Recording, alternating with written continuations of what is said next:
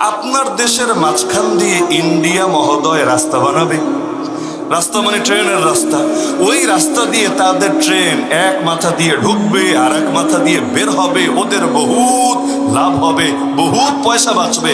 তবে আপনি আবার পারবেন না ওই রাস্তা ব্যবহার করতে, আপনি আবার পারবেন না ওদের সুবিধা নিতে। কষ্ট কার না লাগে?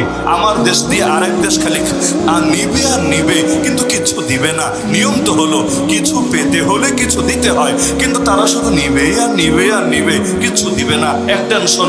2 নম্বরে সেন্ট মার্টিন কে না জানে নিয়ে যায়। আমেরিকা নিবে নাকি আরাকান আর্মি নিবে নাকি মিয়ানমারের জান্তা বাহিনী নিবে?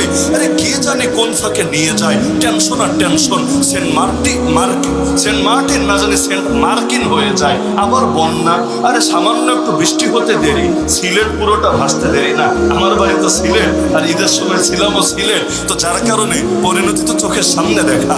তো দেখা যায় বৃষ্টি হতে দেরি, ভাসতে দেরি না। এখন কেন ভাসে? এজন্য শুধু না যে ওই যে কিশোরগঞ্জের মধ্যে আপনাদের পাশেই বিশাল একটা টিকটক রাস্তা বানিয়ে রেখেছে, যে এই রাস্তার জন্য এখন আর পানি যেতে পারে না, এজন্য সিলেট ডুবে যাচ্ছে। আর এই পর্যন্ত তো সিলেটের পানি এখন আসেই নাই। এই কোরবানির সময় যে বৃষ্টি হয়েছে, এই পর্যন্ত পানি আসতে লম্বা টাইম লাগবে। তাহলে সিলেট ডুবে যায় কিভাবে? অনেকগুলো ব্যাপার স্যাপার আছে। একদিকে দাদা বাবুদের হাদিয়া আছে, ঈদ উপলক্ষে আর কিছু পারুক বা না পারুক একটু জল তো খাওয়াতেই পারে।